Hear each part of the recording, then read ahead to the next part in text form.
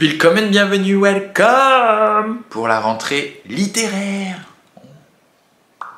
Tchin tchin. Ah bah vous voyez pas. On le refait. Tchin tchin. On se retrouve donc pour une vidéo spéciale rentrée littéraire. Je vous en avais parlé sur Instagram et vous aviez l'air d'être plutôt emballé. Cette année, j'ai les chiffres sous le coude.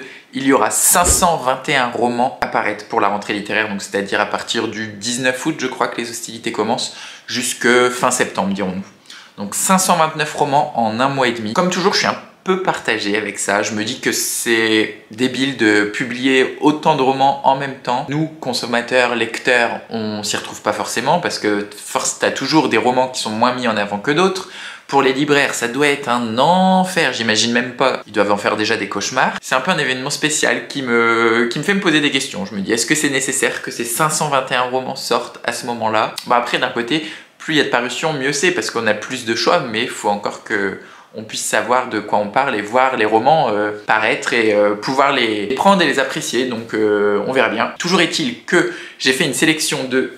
Floris, qui a bien préparé son truc, n'a pas compté le nombre exact. Attendez, je reviens. J'ai donc sélectionné 22 romans qui m'intéressent. Ce sont tous des romans hors prix Fnac. Vous savez peut-être ou pas, j'ai participé au prix Fnac cette année, donc j'ai lu 6 romans de la rentrée littéraire, mais cela, ça va être dans un vlog à part, vu que je les ai déjà lus, qui sortira à mon avis fin août aussi. Dans ma sélection, il y a 8 livres écrits par des hommes, et donc, si je sais bien compter, 22 moins 8, 14, écrits par des femmes. Donc dans cette vidéo, il n'y aura point d'Amélie Nothomb, point de Christine Angot, point de... qui sais-je encore, David Diop, enfin les gros noms qui nous sortent des romans à cette rentrée littéraire. Je ne les citerai pas ici, je ne citerai pas les livres parce que vous allez suffisamment les voir passer, que ce soit sur internet, sur YouTube, à la télé, sur Instagram. À mon avis, on va en entendre parler de partout, ils vont inonder tout et justement peut-être... prendre le pas sur d'autres livres dont on va moins parler, donc j'ai pas trouvé de liste avec ces 521 romans. Donc j'ai fait le tour de tous les sites des maisons d'édition, les communiqués de presse, les trucs, tout ce qui est paru plus ou moins sur Instagram pour voir qui a annoncé ces livres. Et donc pour être tout à fait honnête avec vous, j'ai écrit aux différentes maisons d'édition, donc une vingtaine de maisons d'édition, pour leur parler de cette vidéo. Je leur disais que je voulais parler de la rentrée littéraire sur YouTube et donc faire une vidéo dans laquelle je monte les sorties qui me tentent le plus et par la suite donner mon avis sur ces livres que j'ai lus. À ce jour, ça doit faire 3 semaines, je crois, que j'ai écrit les mails à toutes les maisons d'édition. Une petite dizaine m'a répondu, donc la moitié à peu près, je pense.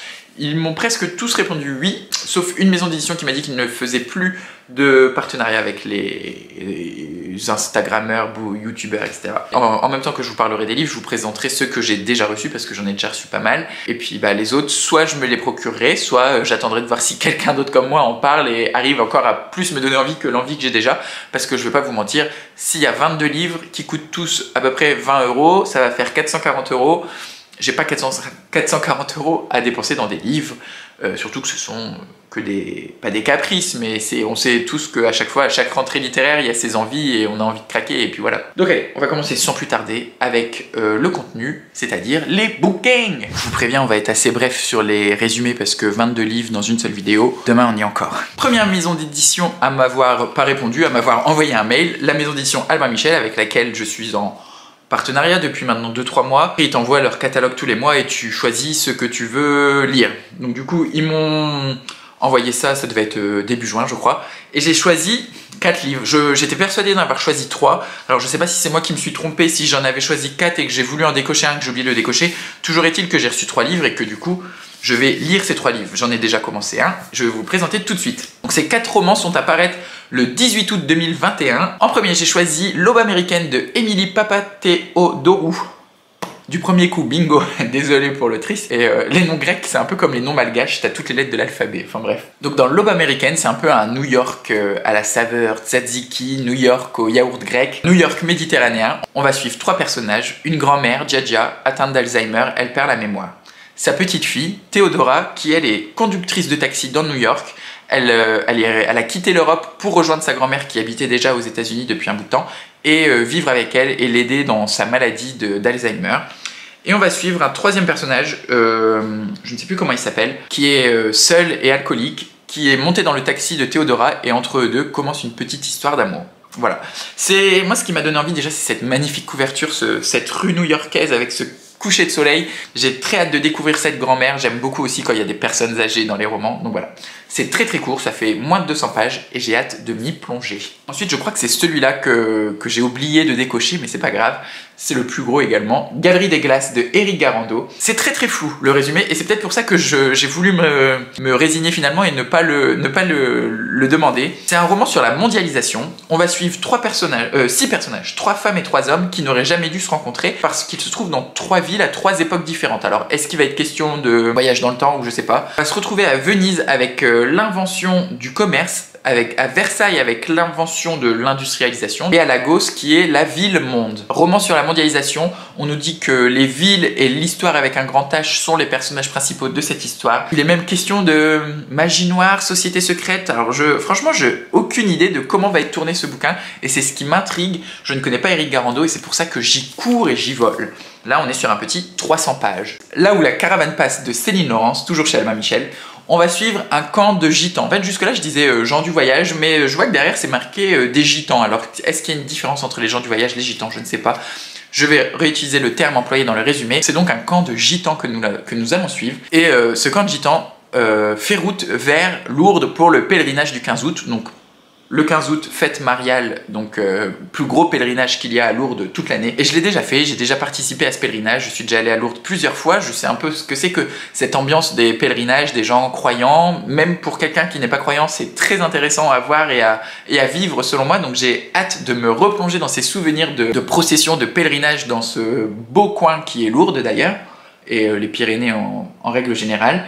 Et on va suivre cette petite communauté de gitans, donc avec le goût des légendes, de la musique, de la divination. Enfin vraiment, j'ai envie de m'y plonger, d'être avec eux dans les caravanes et de faire route vers Lourdes. Et enfin, toujours chez Albin Michel, La Fabrique des souvenirs de Clélia Renucci. Il est question d'une application qui permet de se vendre et s'échanger des souvenirs. Et donc grâce à cette application qui permet de se vendre et s'échanger des souvenirs, le personnage principal se retrouve en 1942 à la Comédie Française et il va voir la première de Phèdre. Donc la première, je ne sais pas parce que Phèdre c'était écrit au XVIIe siècle.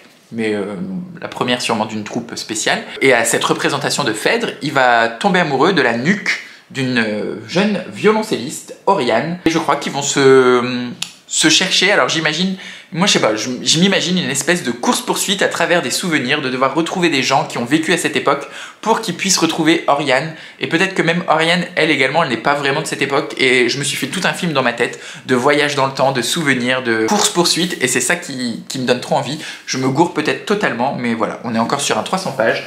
Et c'est donc tout pour Albin Michel. Je me suis dit qu'on voyageait bien en littérature, alors pourquoi pas voyager dans mon appartement également. Ensuite, chez Flammarion, Climax de Thomas B. Reverdy, qui sort le 25 août. Si vous êtes intéressé par les sorties littéraires de chez Flammarion, sachez que sur leur site internet, vous pouvez lire peut-être un chapitre ou en tout cas quelques pages de chaque roman à paraître à la sortie littéraire. Ils ont publié des extraits de chaque roman. Donc j'ai déjà lu cet auteur et j'en ai déjà parlé sur la chaîne. J'avais beaucoup aimé Les Évaporés de Thomas B. Reverdy. Là dans Climax, l'auteur nous propose un roman écologique, je sais pas si ça se dit. En gros ça se passe au nord de la Norvège et on va voir l'impact des hommes sur la nature. Un homme a quitté son petit village de pêche et il y revient plusieurs années plus tard et il découvre que la station pétrolière pas très loin de son village se fissure, je crois, ou quelque chose comme ça, donc possiblement une catastrophe de marée noire à prévoir. Il retrouve plein de poissons morts dans ce village de pêcheurs et en plus de ça, les glaciers fondent. J'ai l'impression que ça va être un roman sur le retour à la maison, sur un homme qui retrouve une bande de potes qu'il avait quitté plusieurs années auparavant et en même temps un roman assez engagé sur la préservation de l'environnement. Donc ce sont deux thématiques que j'aime beaucoup et en plus j'aime bien l'auteur et sa plume qui est assez particulière, assez poétique, pas trop dans le sensationnel justement, donc c'est pour ça que ce roman me donne très envie. Ensuite, j'ai également remarqué dans le catalogue de Flammarion L'amour et la violence de Diana Filipova apparaître le 25 août également. Le roman est vendu comme un roman social d'apprentissage dystopique. Ma foi, au moins comme ça on est servi. J'aime bien le roman social, j'adore le roman d'apprentissage et je ne dis pas non à la dystopie. Donc là on va suivre Valentin qui évolue dans une société hyper contrôlée où règne l'ordre et la paix. Lui, il a l'air d'être d'une classe sociale plutôt basse, il vit dans quelque chose qu'on appelle la cité avec un C majuscule. Et tout ce qu'il essaye de faire, c'est de sortir de ce moule hyper contrôlé, de sortir de la cité, de s'émanciper de cette pauvreté et en même temps de sa mère. Et il et donc de gravir l'échelon social, enfin l'ascenseur social. Sauf que dans cette quête de sortir de la cité, il va trébucher et rencontrer Arsène. Et alors là, tout s'effondre, il tombe amoureux de Arsène. Donc en plus, s'il y a une petite thématique LGBT, c'est celui-là qui me donne vraiment le plus envie dans les deux de chez Flammarion. Et j'ai hâte de le prendre entre les mains, de voir peut-être lire quelques pages parce que je ne connais pas Diana Filippova et je n'ai pas lu les extraits sur le site justement. Je vais peut-être aller faire ça, lire les extraits sur le site pour me tenter encore plus. Chez les éditions du Seuil, j'ai repéré Farouche de Fanny Taillandé. Là encore, c'est un peu comme l'autre, on nous dit que c'est un roman noir, d'amour et fantastique. Les trois en même temps, je sais pas trop. Le fantastique, je pense pas, hein. Je pense que c'est peut-être un ou deux éléments qui peuvent paraître fantastiques, mais je pense pas que ce soit la thématique principale du roman. On serait dans une société pareille, encore un peu dystopique. On est dans une villa au bord de la Méditerranée avec un couple qui a l'air somme toute de vivre une vie plutôt calme et paisible, tranquille. Et là, plusieurs grains de sable viennent rentrer dans cette vie tranquille, quitte à faire dérégler le train, j'ai l'impression. Il y a des sangliers qui sont de plus en plus présents et violents envers les populations humaines.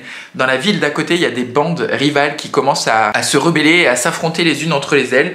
Et jusqu'où ça va aller. Donc voilà, ça a l'air d'être encore un peu un roman social aussi, un peu sur la bestialité, peut-être sur les hommes, jusqu'où on est prêt à aller, jusqu'où on est prêt à se battre. Et c'est pour ça que ça me tente de ouf. Aux éditions de l'Aube, le 2 septembre 2021, sortira Le Ventre des Hommes de Samira El Hayachi. Je remercie donc les éditions de l'Aube pour cet envoi. Dans Le Ventre des Hommes, on va suivre l'histoire de populations du sud du Maroc qui ont quitté le Maroc à la fin des années 70, je crois, pour venir s'installer dans le nord et travailler dans les mines de charbon. J'ai pas vraiment regardé quelle tournure ça va prendre, en tout cas je crois que c'est une enfant qui, devenue adulte, s'intéresse un peu sur l'histoire de sa famille et qui découvre un peu plus sur ce mouvement de population marocaine émigrée en France dans les années 70. En tout cas, ça va être un roman social qui va se dérouler dans les Corons, dans le nord de la France, pas très loin de chez moi. C'est aussi pour ça que ça m'a donné très envie. Je connais pas du tout Samira El Hayachi, je n'ai jamais lu. Et pareil, les éditions de l'Aube, je ne connaissais pas, enfin en tout cas je crois n'avoir jamais lu de roman de chez eux, donc j'ai hâte de me plonger dans celui-ci. Ensuite, chez Piqué paraîtra Une soupe à la grenade de Marsha Mehran. Ce roman nous raconte l'histoire de trois sœurs iraniennes qui quittent l'Iran, ou plutôt qui le fuient, pour aller s'installer dans un petit village, si j'ai bien compris, un peu perdu en Irlande. Évidemment, dès qu'elles vont s'installer dans ce village de la ruralité irlandaise, elles ne seront pas totalement acceptées. Les gens du cru vont un peu les mettre de côté, ne vont peut-être même pas aller dans ce café qui va être le Babylon Café. Et au final, à grand renfort de miel, de thé fumant, de cardamome, de senteur, de goût iranien, elles vont réussir à conquérir le cœur de ces Irlandais, j'imagine. Ce qui m'intéresse vachement dans ce roman, c'est l'histoire de l'Iran. Je ne la connais pas trop. Et en même temps, que ce soit de chez Piqué, je viens de passer une excellente lecture avec un roman de chez Piqué, donc de la littérature japonaise, mais alors là ça va être de la littérature iranienne. Et en plus, j'ai lu sur le site de chez Piqué qu'à chaque fin de chapitre, il y avait une recette iranienne, et je me suis dit que ça serait parfait pour faire une littérecette autour de la littérature et de la gastronomie iranienne. Le 19 août, chez Gallimard, sortira Soleil amer de Lilia Hassain, qui est son deuxième roman. Je n'ai pas lu le premier qui doit s'appeler Les yeux du pan, mais j'aime beaucoup Lilia parce qu'elle participe en tant que chroniqueuse, enfin elle est journaliste dans l'émission Quotidien et j'aimerais bien du coup découvrir sa plume. Pour ce roman, il est question de cité HLM, d'immigration, de ce coup-ci de populations algériennes qui ont émigré de l'Algérie pour venir s'installer en France dans une cité HLM. Et entre paradis ou enfer, illusion ou désillusion, qu'est-ce qu'il en est de ces cités HLM qui étaient selon les gouvernements de l'époque l'avenir et qu'est-ce qu'elles en sont devenues maintenant?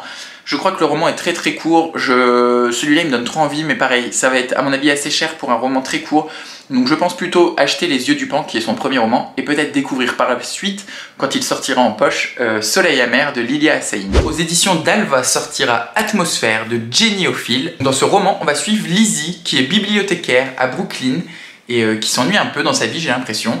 Et elle décide d'aider quelqu'un qui travaille, je sais plus, dans la recherche ou quelque chose comme ça, à répondre aux courriers qu'elle reçoit.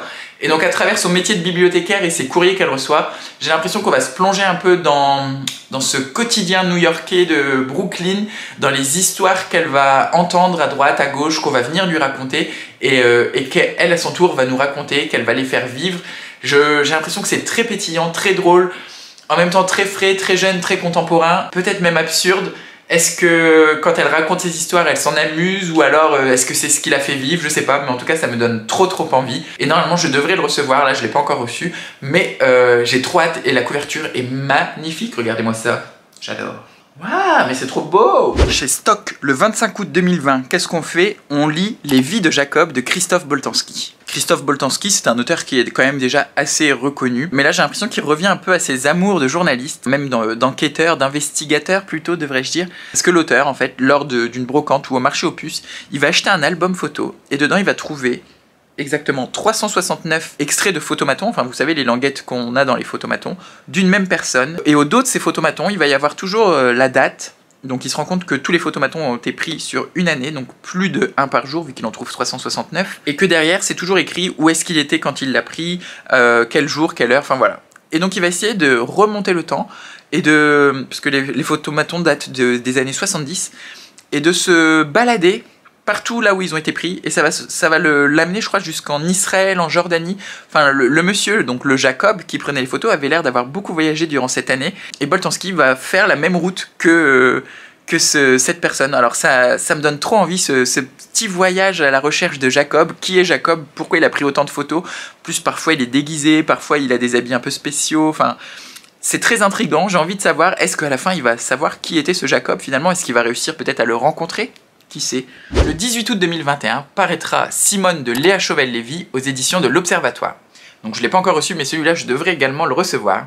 Ça se passe dans le Paris de l'après-guerre et c'est une biographie, j'ai l'impression, en tout cas un récit sur un moment de la vie de Simone Crane, je sais plus, mais qui deviendra plus tard Simone Breton, femme d'André Breton. Donc on va se balader dans ce Paris de l'après-guerre, au balbutiement du dadaïsme, du surréalisme. Apparemment Simone est un peu perdue dans sa vie, je crois qu'elle essaye de s'émanciper de ses parents ou quelque chose comme ça, ou en tout cas de ne pas suivre le chemin qu'on lui a tracé, et dans ses déboires, dans ses errements, j'ai envie de dire, elle va croiser les dadas en premier, et ensuite les surréalistes, dont André Breton, et elle va démarrer une histoire d'amour avec André Breton. J'aime beaucoup le dadaïsme et le surréalisme, j'aime bien ce Paris de l'après-guerre un peu effervescent, le renouveau de l'art, de ces grands concepts théoriques sur l'art, sur la littérature, et du coup j'ai grave envie de savoir ce qui va se passer entre Simone et André. Toujours le 18 août, aux éditions Miel et Béraud, sortira Géante de Muriel Magellan. On va donc suivre Laura, qui est amatrice de littérature asiatique. Elle lit beaucoup, elle va à la médiathèque de son village, elle participe à des tables rondes, en tout cas elle est très active dans le milieu littéraire de son village ou sa ville, je sais pas d'ailleurs. Mais sinon, à côté de ça, elle a une vie assez banale. Elle travaille dans l'entreprise de son mari en tant que secrétaire. J'ai l'impression qu'elle a pas trop la parole, pas trop de place dans ce couple. Et en fait, un jour, pas fait comme un autre, un auteur est présent dans la médiathèque. Il devait être interviewé par quelqu'un, mais cette personne ne peut pas être là. Et donc, du coup, on demande à la va-vite à Laura de faire l'interview. Et l'interview va très bien se passer entre l'auteur et Laura. Si bien que même, apparemment, je crois qu'il va y avoir des propos intéressants qui vont être dits dans cette interview, qu'elle va être relayée sur les réseaux sociaux, sur les radios, peut-être même à la télé. Et donc à chaque fois qu'on va parler de Laura et de cette interview, Laura va grandir, mais grandir physiquement, c'est-à-dire qu'elle va faire 1m70, 1m72, 1m80, jusqu'à temps que de devenir géante, et peut-être, je pense, atteindre les 2 mètres, je crois. C'est donc un roman qui a l'air d'être résolument féministe sur la place de la femme, qui prend ce côté un peu de fable où la femme grandit physiquement, mais à mon avis c'est aussi intéressant sur le fond que sur la forme, et ça me donne trop envie, j'ai trop envie de savoir jusqu'où ça peut aller. Est-ce que c'est juste une petite fable et qu'après, parce que j'ai vu qu'il y avait des passages qui étaient des journaux de l'autrice elle-même, ou alors je me suis trompé, c'est des passages de journal du personnage, mais en tout cas je sais pas. Est-ce que c'est juste une petite fable avec à côté peut-être un côté plutôt essai, mais ça m'intéresse trop, et c'est donc chez les éditions Maillet Béraud à sortir le 18 août. On saute un jour et le 19 août, on retrouve Éloi Audouin-Rousseau aux éditions Phébus qui nous publie Ouvre ton aile au vent. Donc dans Ouvre ton aile au vent, on va être dans une société qui a vécu un virus, une épidémie. C'était un virus semblable à la grippe aviaire, et donc du coup tous les oiseaux de basse-cour, donc que ce soit des poules, des oies, des canards, etc., sont interdits, et plus personne n'a ces oiseaux chez lui. Complètement interdit d'en avoir, d'en consommer. On est un peu, j'ai l'impression, dans une société qui ressemble à la France, mais une France, encore une fois, hyper contrôlée, une France où la pauvreté a pris une place très importante, où il y a l'air d'avoir une espèce de foule un peu dans le sens comme au Moyen-Âge, un espèce de tiers-état très important. Donc dans cette France un peu dystopique, tous les ans, pour occuper ces personnes un peu à la manière romaine, des pains et des jeux, ou alors à la manière du charivari du Bossu de Notre-Dame, tous les ans on organise à Paris un lâcher de canard. Un canard va être lâché du haut d'un immeuble, et celui qui arrive à rattraper le canard, on lui promet monts et merveilles, gloires et richesses. Sauf que au final, le canard cette année va être aidé par un groupe d'irréductibles à s'en sortir. Ils vont tout faire pour aider le canard, pour échapper à cette foule complètement bestiale et déchaînée, prête à tout pour attraper ce canard. Et donc du coup voilà, on va à mon avis avoir un peu un roman sur le libre arbitre, sur la façon de vivre l'individualité, la bestialité. Et la couverture est également trop belle, je connais pas du tout cet auteur, je ne sais pas si c'est un premier roman, mais en tout cas ça me donne trop envie, cette société un peu complètement cinglée quoi, et ce lâcher de canard, ça m'intéresse. Ensuite, aux éditions de la Table Ronde, le 2 septembre, nous aurons le droit à un recueil de nouvelles de Emma Cline qui s'appelle Daddy. Là, malheureusement, j'ai pas grand chose à vous dire parce que c'est un recueil de nouvelles. Juste que l'autrice a l'air assez jeune, elle est née en 87, donc elle a une trentaine d'années. C'est pas son premier roman, je crois que c'est son troisième. Et son précédent roman, je l'avais vu passer, mais je l'avais pas acheté. C'est un roman sur l'affaire Harvey Weinstein, Epstein, je sais jamais c'est quoi le nom. Mais en tout cas, ce roman m'intéressait, je crois que ça s'appelle Harvey tout simplement. Donc là, j'ai vu qu'elle était publiée chez la Table Ronde avec ce recueil de nouvelles Daddy. Ça a l'air d'être des nouvelles très contemporaines, ancrées dans la société américaine, je pense un peu incisive, avec un regard acerbe sur cette société américaine, donc ça me donne trop envie. Ça a l'air d'être un peu un roman sur la perversité et en même temps un instantané de la société américaine de ce début du 21e siècle, et ça me tente trop. Et la couverture est toute belle, juste rose, avec écrit Daddy. Daddy, je veux un nouveau poney. Si vous avez la ref, on peut être amis. Le 2 septembre, chez Belfond, nous aurons le droit Au bord de la nuit de Fridolin.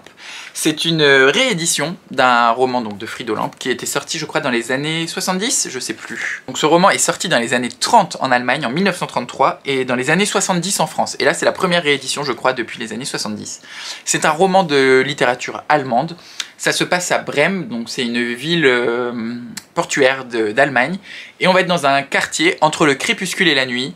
Et on va suivre, je crois que c'est un roman choral, on va suivre la vie de ces habitants de ce quartier.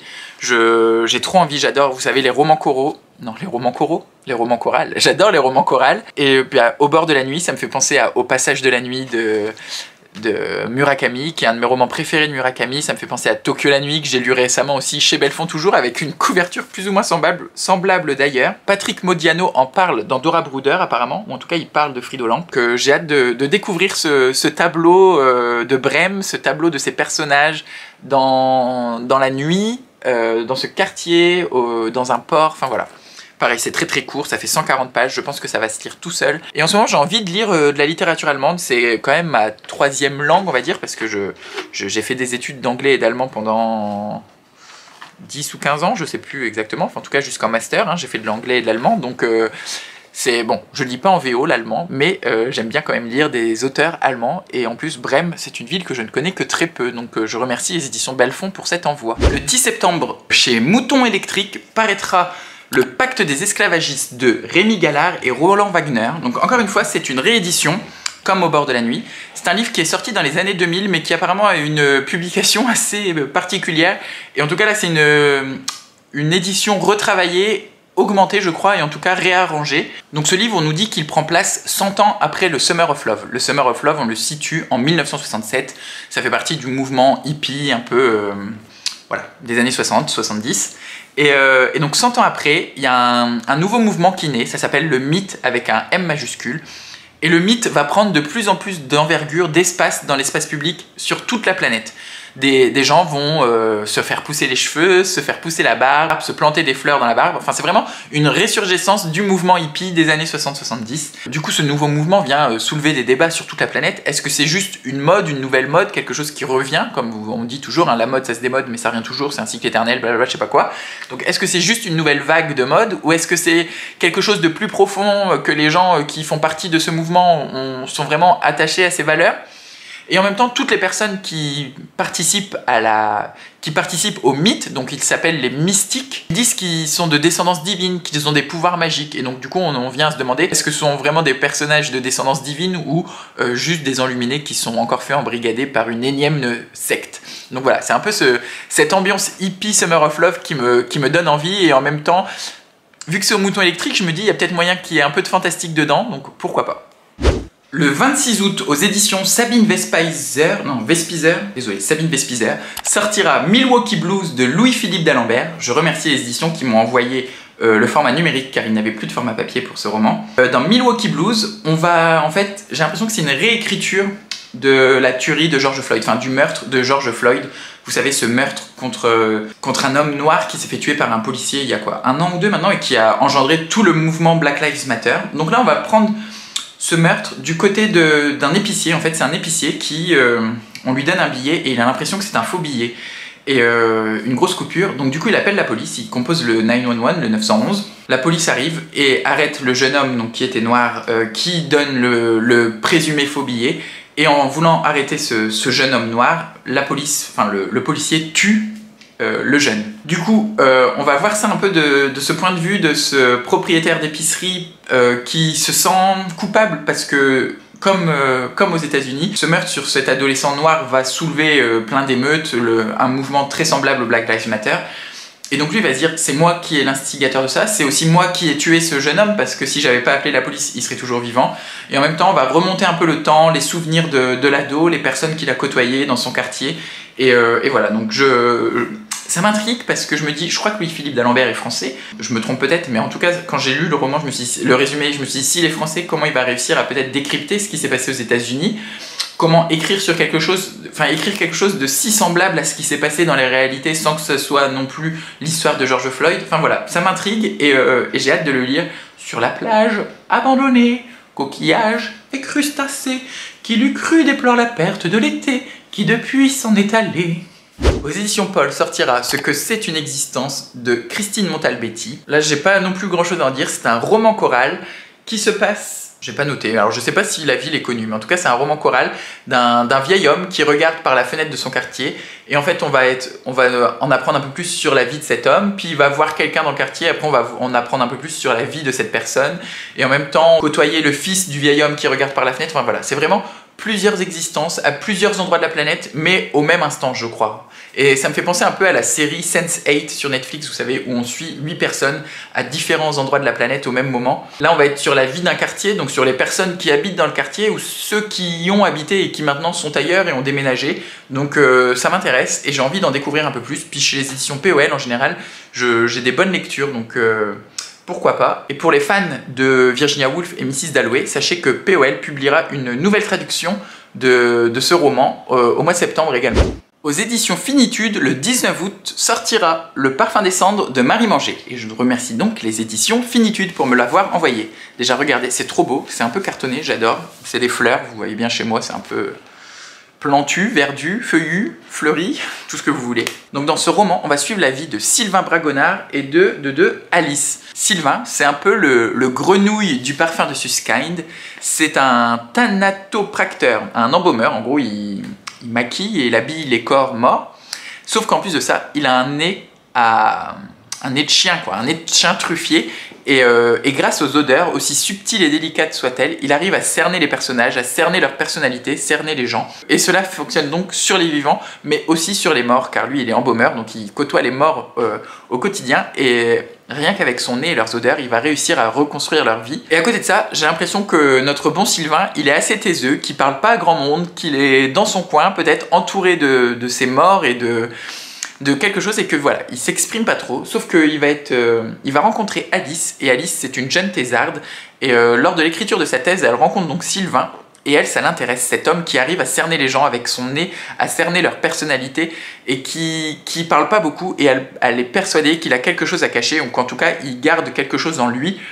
Et il va commencer une petite histoire d'amitié, d'amour, je sais pas trop, entre Sylvain et Alice. Et elle va essayer de chercher, de retrouver ce qu'il y a au fond de Sylvain, de tout faire pour découvrir le secret de Sylvain, ou ce qu'il a mis tant de temps et tant d'énergie à enfuir. Ce qui m'a donc donné envie, c'est ce rapport au parfum de Patrick Susskind et cette histoire entre Alice et Sylvain qui a l'air à la fois triste et douce, je sais pas trop.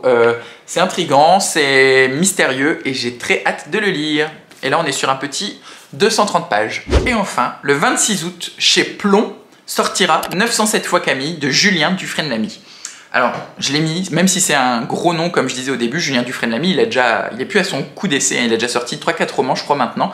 Donc je l'ai mis dans la vidéo parce que j'ai très envie de découvrir encore plus de Julien Dufresne-Lamy. Ça commence à devenir un gros nom de la littérature française. Dans 907 fois Camille, Julien Dufresne-Lamy écrit sur une amie à lui, donc Camille, qu'il connaît. Et Camille, c'est pas n'importe qui, c'est la fille de Dodo la Saumure. Donc si vous ne le saviez pas, Dodo la Saumure, c'est un grand proxénète français qui possède ou possédait, je ne sais plus, des dizaines de sex clubs, de maisons closes à travers la France, la Belgique et le Luxembourg, mais je ne suis plus sûr, en tout cas la France et la Belgique. Donc Camille, elle a grandi sous le joug de ce père qui proxénète, donc déjà à mon avis ça devait pas être l'enfance la plus facile au monde, et à côté de ça, son père s'est jamais vraiment occupé d'elle, son père la regardait pas, son père n'en a rien à faire d'elle.